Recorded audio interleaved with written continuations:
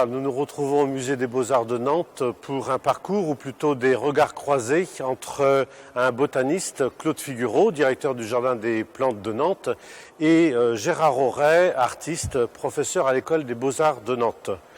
Chacun va nous parler de l'œuvre choisie dans un parcours qui pourrait tourner autour de l'idée de balade végétale. Balades végétales et artistiques, c'est notre préoccupation d'aujourd'hui au musée.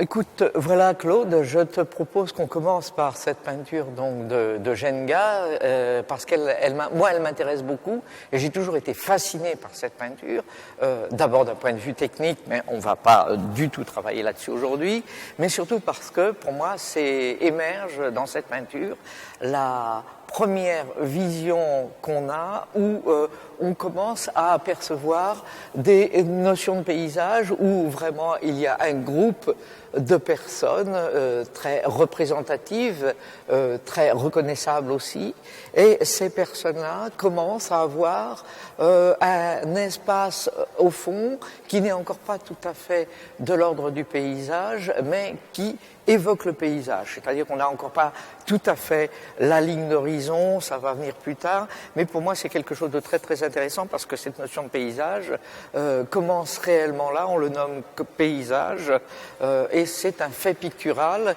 qui s'établit à la fin du XVe siècle. On est en pleine Renaissance et il est très très intéressant de voir combien ce paysage-là va nous amener à comprendre par la suite en quoi il y a une figure, un fond, et tout à coup le paysage va s'autonomiser.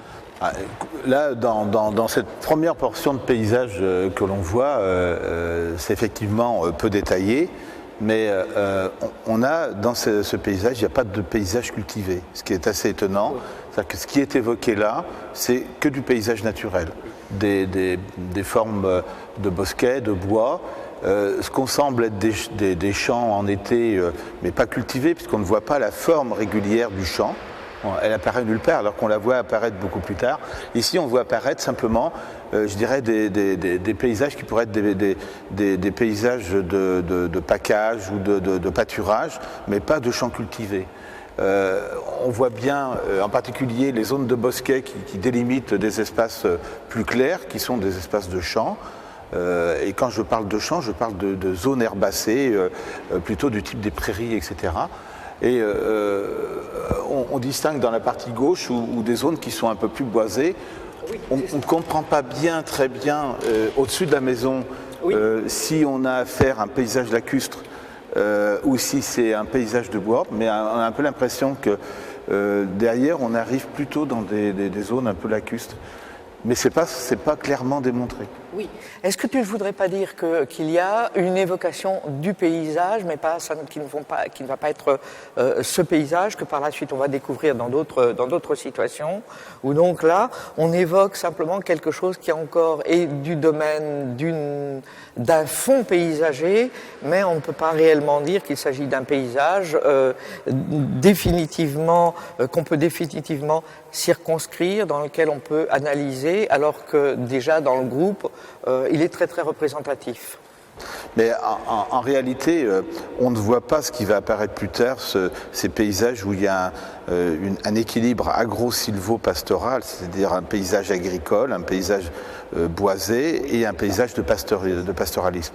Alors que là, ça évoque exclusivement un paysage de pastoralisme et de bois. Pour moi, c'est assez clair. Enfin.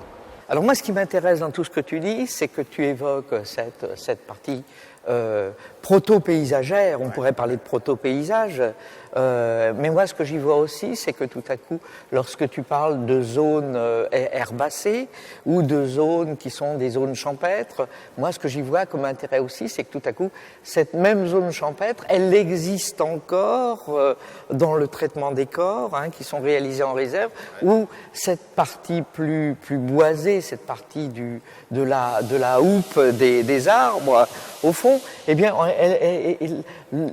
elle est encore évoquée dans la robe de la Vierge Marie.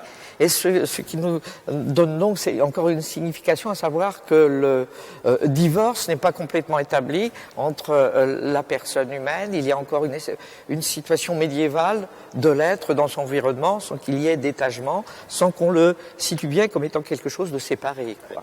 Si tu veux bien, Claude, on va continuer notre balade. Allons donc voir les arbres.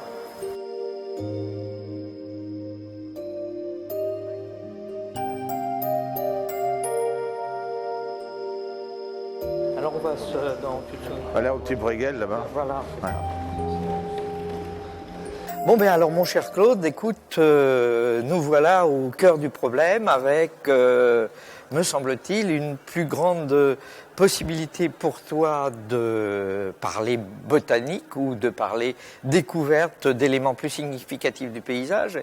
Puis en même temps, ben, pour moi déjà là, la dissociation est accomplie puisqu'il y a donc un petit groupe de personnages, mais qui est mis en étagement et en situation par rapport à tout ce que moi j'appelle maintenant le paysage. Et le paysage a vraiment est très très circonstancié. Pour moi, il est évident, il est cadré, il correspond à des données très très précises. Il y a des dimensions qui sont à l'œuvre. Il y a ce qui est la notion de paysage, c'est-à-dire qu'il y a une ligne d'horizon, il y a des étagements de plans, il y a des arrière-plans. Alors ce tableau-là, c'est déjà très clair parce qu'on sait qu'on est dans une forêt mixte, que l'on dit dans notre jargon une chêne et hêtraie. On a les hêtres ici, on a un chêne en premier plan, et on sait que c'est une formation végétale qui se situe, on pourrait être très bien dans la forêt des Ardennes par exemple. Oui. Donc, et dans une partie des forêts du nord de la France, du nord de l'Europe, qui n'est pas encore montagnarde, on n'est pas à l'étage de la montagne, on est plus bas parce que le chêne ne s'élève pas en altitude.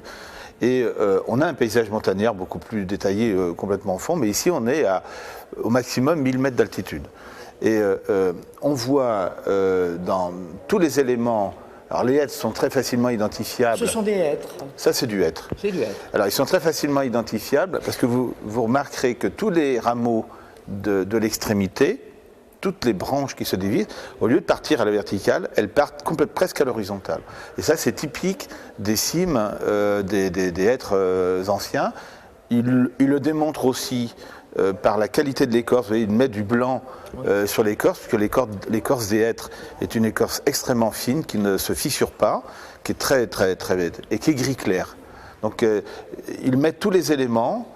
C'est un hêtre très ancien, très vieux, qui a une dimension importante, qui est à la limite du début de sa sénescence, sur lequel n'apparaissent pas encore les éléments de la sénescence, mais c'est vraiment un être à vue de nez ici, je lui donne 150 ans, quoi, une centaine d'années, entre 100 et 150 ans. Alors que là, devant, et on a des hêtres autour de la maison à l'arrière, donc on voit bien, mais il y a quand même des chênes ici, et il dessine très nettement la feuille du chêne, qui est très légèrement... alors qu'ici, la feuille est entière. Voilà, il commence, il a dentelé, il a crène, il fait des petits crénelages sur le tour de la feuille. L'écorce est sombre. On devine presque, sans le voir, que l'écorce est fissurée et qu'on est bien dans du chêne. Et on peut même assez clairement dire que c'est du chêne pédonculé. Donc là, déjà, j'ai mis deux noms latins. Fagus sylvatica, le hêtre, et Quercus pedonculata ou Quercus robur, le chêne pédonculé. Et si on regarde de beaucoup plus près, on a ici, alors là elle est beaucoup moins délimitée, mais en clair sombre, on a un certain nombre d'espèces de la clairière, de la lisière du bois, qui sont évidemment le long de cette clairière-là, qui sont au pied ici derrière les personnes. Et là encore, on devine les espèces qui accompagnent la lisière de la forêt.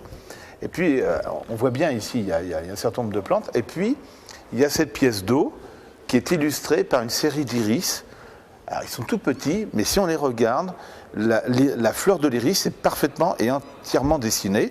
Et je peux même leur mettre le nom latin, c'est l'iris pseudacorus, c'est l'iris des marais, bien que le feuillage soit un peu fantaisiste. Mais la fleur est sans équivoque, c'est bien ça. C'est-à-dire que on pourrait, avec les données que tu viens de dénoncer là, avec tous les indices que tu as découvert à propos des Ardennes, nous dire pratiquement que c'est quelqu'un qui est au moins du pays flamand ou du pays wallon, et que déjà les indices même circonscrivent complètement ce que pourrait être le peintre.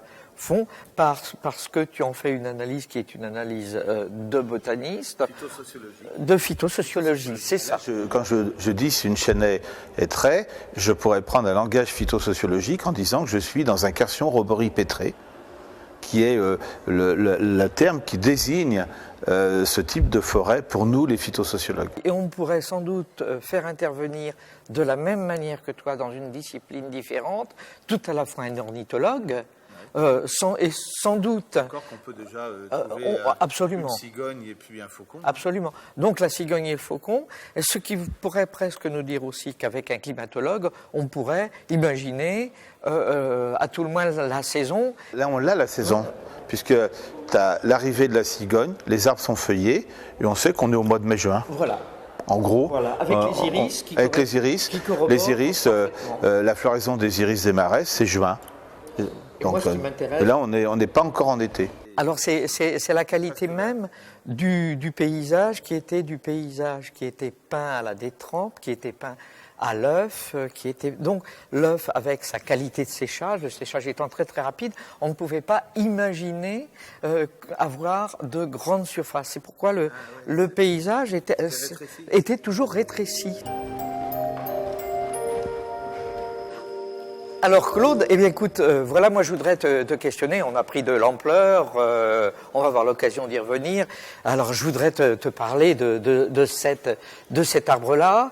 Est-ce qu'il y a une relation avec ce qu'on a vu précédemment sur le Bruegel? Est-ce qu'il y a une signification? On parlait en termes d'indices tout à l'heure. Alors voilà, écoute, on a pratiquement une disparition dans les rapports du personnage dans son contexte. Là, on est vraiment dans l'ordre du paysage.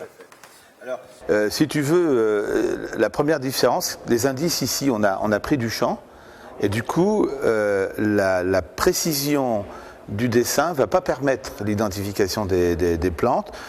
Les indices qu'on aura d'identification, à part sur les premiers plans dont on parlera tout à l'heure, mais sur les plantes qui sont ici, ça va être plus sur la silhouette du paysage, sur la manière dont la silhouette est traitée, et la relation qu'il y a entre l'idée qu'on se fait de la silhouette et sa position dans le paysage. Parce que là, du coup, on va un petit peu plus loin, puisqu'on est sur le bord d'une rivière ou d'un fleuve, et on commence à apercevoir des portions de paysage avec une végétation naturelle. Donc si on regarde le premier plan qui est ici, on a plutôt des formes, on voit dans le traitement, ici on voit c'est complètement des pins. Oui. Et c'est pas une hérésie, puisqu'il met les pins sur un contrefort un peu rocailleux, sec, dominant la rivière. Et du coup, sans doute, on peut imaginer exposé dans des conditions un peu exotiques. Donc là, pour moi, c'est un bois de pin sylvestre. Là, c'est sans doute un chêne qui traîne. Ici, c'est sans doute des peupliers ou quelque chose comme ça. Et quand on revient ici dans le premier plan, qui est un peu plus marqué, on retrouve ces cimes très légèrement couchées. Alors d'un arbre ici qui est sénescent, qui est pratiquement en train de disparaître, et qui est un hêtre, avec on retrouve l'écorce blanche, et qui a ces rameaux qui ne se terminent pas en pointe dressée, mais en pointe horizontale, dont il ne reste que quelques feuilles. Et puis vous avez ici un autre hêtre qui disparaît plus, mais dont on retrouve, comme dans le Bruegel de tout à l'heure, les cimes plutôt horizontales, voire légèrement plongeantes, mais pas du tout un arbre avec des cimes verticales qui fait penser au chêne. Mais est-ce que tu voudrais dire que la mise en panoramique de ce paysage, puisqu'on peut vraiment parler d'un paysage panoramique, ça nous donne le sentiment qu'au fond la notion d'intimité qu'on voyait dans le Bruegel de la personne, et ce qu'on voyait encore plus lors de la première peinture de Jenga, où il y avait donc une intimité, tout à coup l'homme disparaît du paysage ou devient la portion congrue, et tout à coup on a véritablement le paysage, et qu'on n'a plus besoin, comme dans le Bruegel, d'avoir une signification particulière pour chaque élément, les iris, les chênes ou les hêtres dont tu parlais, mais que tout à coup c'est quelque chose de plus globalisant, de plus panoramique, et qui tout à coup nous rejette en tant que spectateurs d'un espace paysager. Si tu regardes la manière dont ce tableau, on imagine tout de suite l'endroit où on est.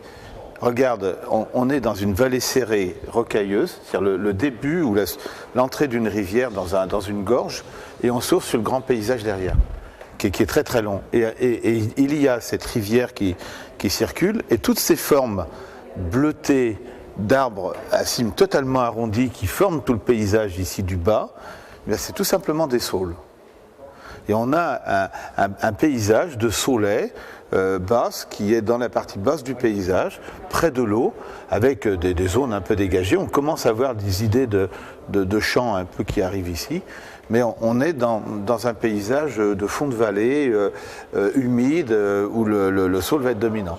Alors que quand on passe dans la zone rocailleuse, et il l'a très bien fait, on retrouve les pins là, oui. Et on voit bien, et en particulier ici, c'est très net, alors que ça l'est aussi très net ici. Regarde les traits de pinceau ici, ils sont complètement étagés. Oui. Alors, un des caractéristiques architecturales des conifères, du pin et du sapin, c'est que toutes les branches partent par verticille aux mêmes étages et donnent des étages de branches. Et ça, c'est un modèle architectural de l'arbre qu'on va retrouver un peu ici, mais qu'on retrouve très très bien là. Bien sûr. Et là, du coup, on a le pin qui commence à gagner les zones rocailleuses et associé au pin, pas bête, le bouleau. Et qui se reconnaît bien avec ses rameaux pleureurs, puisqu'il porte le nom de Betula pendula, et qui est le bouleau blanc traditionnel qu'on a chez nous. Et du coup, on commence à comprendre. Et s'il y a du pin et du bouleau, ça nous donne la nature de la roche. C'est-à-dire qu'ici, géologiquement, on est sur des roches siliceuses, granitiques, parce que si c'était calcaire, il n'y aurait ni pin ni bouleau. Et si je devais faire de la phytosociologie, dans l'image gauche est amorcée la hêtraie de montagne, avec des hêtres, un bois de hêtres, qui est très légèrement amorcé. Dans la partie plus basse, qui doit être un petit peu plus thermoxérophile, c'est-à-dire un petit peu chaude, un peu plus chaude et un peu plus sèche, et sur les rochers de l'autre côté, dans ces zones rocheuses, où on a des bois de pin, tu vois, en bas et sur la droite, près du château-fort, ou ce qui semble être un château-fort, on a sur les escarpements des bois de pin sylvestre, ça c'est assez évident. Donc moi en tant que phytosociologue, je peux l'identifier. C'est-à-dire là j'ai un phagetum, la forêt de hêtres, un pinétum avec le pin sylvestre, et puis un arbre qui s'intercale sur ces zones du pin, du bouleau. Et quand on regarde la fracture même et la façon dont les rochers sont organisés et dessinés, on est forcément, en s'appuyant sur la végétation et sur les diaclases dessinés dans le rocher, on est sur du granit. Alors je rebondis sur le dessiné, parce que tout ce que tu nommes et ce que tu as nommé sur le tableau précédent et celui-ci, on est donc bien devant une mise en situation avec une très très grande habileté du peintre. Ah oui, regarde la petite corniche qui est complètement à droite sur le bord du tableau. Regarde cette cassure comme ça avec une arête. C'est absolument typique des arêtes rocheuses avec des systèmes de diaclase très très précis.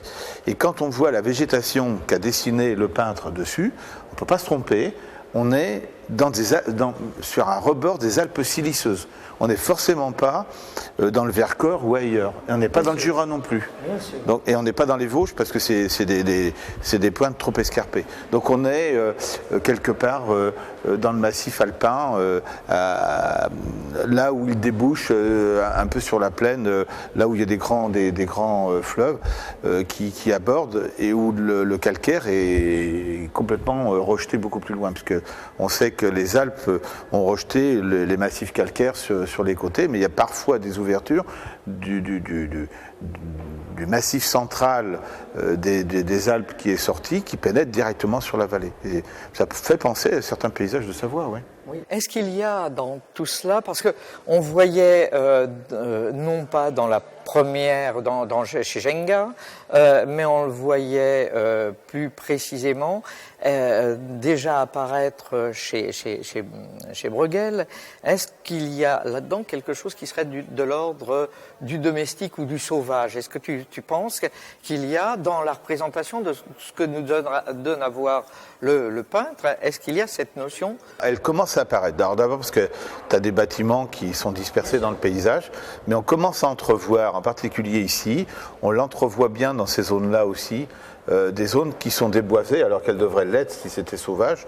Et on retrouve aussi, je voyais ici, là, des grandes prairies, ce qu'on peut attribuer à des prairies, enfin, en tout cas des espaces qui ont été déboisés pour commencer à avoir des espaces d'utilisation par l'homme, qu'on ne voit pas chez Bruegel encore, mais qu'on commence à trouver ici dans du grand paysage. On peut imaginer qu'il y a ici un paysage agraire dont l'équilibre agro-silvo-pastoral et commence à vraiment se créer. C'est-à-dire qu'on a du pastoral ici, on a de l'agraire tout près de l'eau, ce qui n'est pas illogique, et on a du bois et de la forêt et des haies intercalées.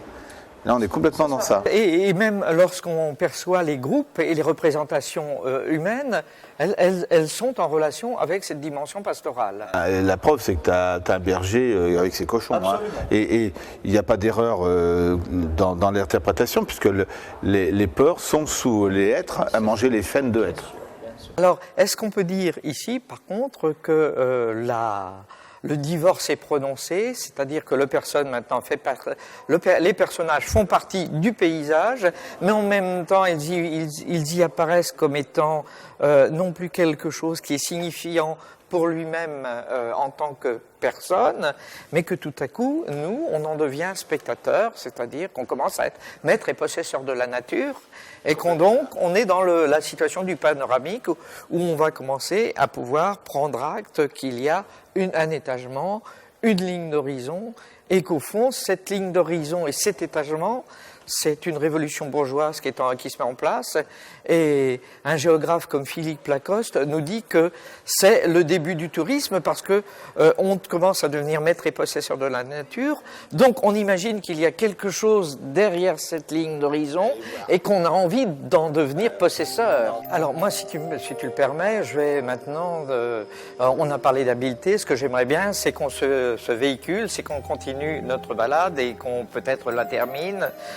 sur une peinture qui, justement, est considérée par beaucoup de gens comme étant pas d'une espèce d'habileté, mais d'une toute autre nature. Alors, si tu le permets, Claude, nous y allons. Alors, cher Claude, écoute, nous y voilà. Voilà.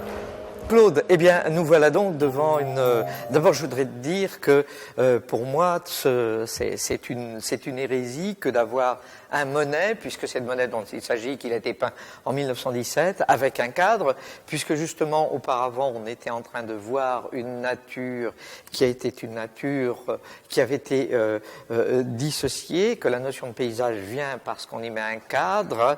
Et donc là, pour moi, il y a une chose absolument ahurissante, c'est que ce Monet-là, justement, qui est toujours en train de travailler sur une flaque paysagère et non pas du tout sur une notion de paysage, pour moi, il est évident que dans cette peinture-là, il y a la notion de l'extériorité, du all-over, ce que tu évoquais en termes d'indices à propos des préalpes, des Alpes et tous ces indices-là. Ici, plus besoin parce que justement, on peut repenser et imaginer tout l'extérieur du paysage.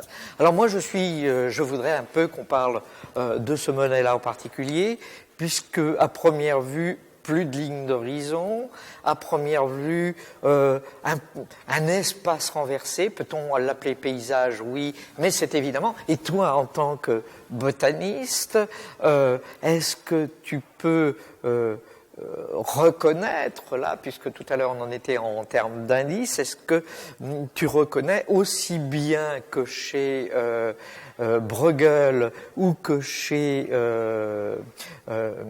Fauquier, est-ce que tu reconnais des éléments qui te semblent pertinents, bien que la touche, bien que l'impressionnisme soit dans une ampleur qui n'a rien à voir avec une signification d'une petite ressorti, je me souviens de ce que tu disais à propos des feuilles du chêne qui est très très dentelé. Voilà. Alors, est-ce qu'il y a là-dedans, toi, avec ta spécialisation, avec ton sentiment de botaniste, est-ce que là, tu peux nous dire quelque chose?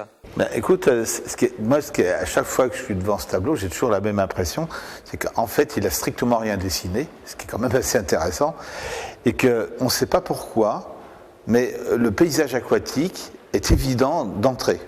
Tu te poses même pas la question si c'est des nénuphars ou si ça n'en est pas, tu les vois, les nénuphars. Et c'est en ça qu'il a été extraordinaire, parce qu'avec 2-3 taches de couleur, il a tellement bien su faire ressortir l'eau qu'on n'a pas de problème pour identifier les nénuphars. Et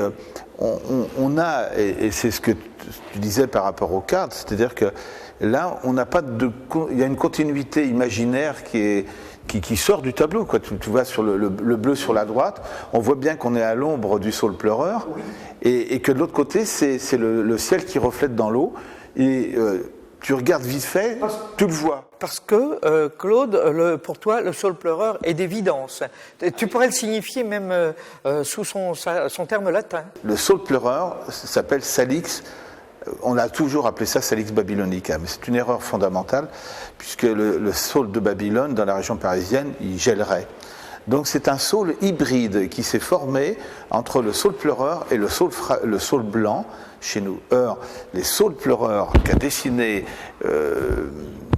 Monet, ils sont vus par en dessous. C'est-à-dire qu'on a le reflet. Et qu'est-ce qu'il y a sous le reflet? Eh bien, la feuille est blanche. Et du coup, en faisant ressortir ces petites touches de clair, il a dessiné le dessous des feuilles. Bien sûr. Et du coup, quand tu regardes le tableau, eh ben, d'un coup, tu vois les rameaux, tu les vois par en dessous. Et on ne perçoit pas, c'est-à-dire que c'est pas dessiné, mais c'est bien pour ça que c'est impressionniste. Tu le ressens ce dessin. Mais si tu regardes sur les nénuphars, c'est exactement la même chose. Quand il fait un trait un peu sombre, ou alors un rebord très clair, tu peux parler de ceci. Voilà. Et quand il fait un trait clair ou un trait sombre, quand c'est un trait clair, il illustre le chatoiement de la lumière sur une feuille humide. Et les feuilles de nénuphar sont très brillantes. Et quand il met un trait sombre, vous savez que les feuilles de nénuphar, elles soulèvent de l'eau, et dès qu'elle est soulevée de l'eau, elle fait une bande foncée. Et c'est en ça qu'il dessine le nénuphar.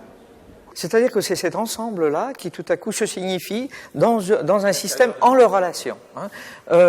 C'est-à-dire que moi j'ai toujours trouvé cet endroit absolument génial parce qu'on est sur une même coloration, rien n'indique qu'ici il y a un nénuphar, et tout à coup c'est ce petit trait vert qui nous dit là existe un nénuphar.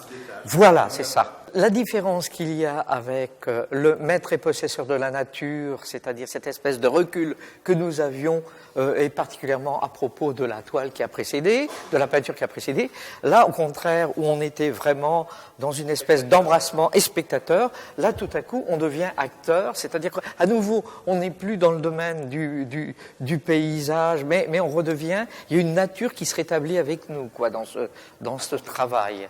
Oui, puis ce qu'on voit bien, si tu veux, dans le tableau, c'est qu'il n'a pas de limite sur le côté. Oui, c'est ça. On ne les sent pas. Il n'y a pas besoin de mettre un cadre, il n'y a pas de limite. Le cadre, il ne sert à rien ici. On imagine, moi à chaque fois que je suis devant, à droite et à gauche, je vois la suite de l'étang, quoi. Oui, bien sûr. Et je revois ce paysage-là qui se retourne autour de moi. C'est tellement vrai, Claude, que dans ces peintures qu'il a réalisées spécialement pour le musée de l'Orangerie, donc le spectateur devient acteur de tous les éléments qui s'établissent sur tout le pourtour. C'est-à-dire que là, pour le coup, j'évoquais l'être qui devenait maître et possesseur de la nature avec toutes les dimensions aujourd'hui qu'il y a au plan de la biosphère et de l'écologie. Aujourd'hui, donc cette espèce de mise en scène et de mise en œuvre des impressionnistes fait qu'à nouveau on se remet dans le paysage, c'est-à-dire qu'il y a une espèce d'immergence et tout à coup il y a une relation qui à nouveau s'établit avec l'être dans la nature. En fait, moi je pense que ça fait appel à notre stock interne d'images. Un peu, c'est comme les appareils photo qui ont des stocks de photos modèles et qui vont chercher dans le stock pour régler l'image, c'est connu. Et en fait, ça fait appel à nos stocks qu'on a. Et dès que tu vois une partie de ces images-là, plof, tu as une image de nénuphar qui te vient, tu n'as même pas besoin de la chercher, elle vient toute seule. Et du coup, comme tu as l'image de nénuphar, tu as l'image du plan d'eau qui arrive avec. Et tu te vois au bord de l'eau, tu y es. Ben moi, c'est vraiment l'impression, enfin les impressions que j'ai quand je vois ça. Bien sûr. Et moi qui ai visité le jardin de Giverny, j'y vois rien du tout du jardin. Bien sûr. Parce que le plan d'eau de Giverny est tout petit. Et alors que ce tableau dépasse très largement la dimension du bassin de Giverny. Et je crois qu'on pourra en terminer là, mais ce qu'on voyait d'aussi significatif dans la peinture qui a précédé, où tous les détails, tous les indices étaient, où véritablement il y avait un paysage, même s'il était reconstitué à l'atelier, c'était un paysage qui était vu, je dirais presque de manière documentaire. Là, tout à coup, ce paysage-là nous documente sur nous-mêmes. Et c'est cette abstraction, c'est cette banque de sensibilité et de sensations que nous avons qu'il nous révèle à nous-mêmes. Complètement. Il sert qu'à ça d'ailleurs, je pense, ce tableau. Il sert qu'à nous révéler des choses qu'on a planquées dans un coin. Et du coup, on a des vraies images qui se constituent. Contrairement à ce qu'on croit, lui, il n'a rien dessiné, mais toi, tu la vois. C'est toi qui deviens l'acteur du tableau. Eh bien, merci mon cher Claude, et c'était un véritable ravissement.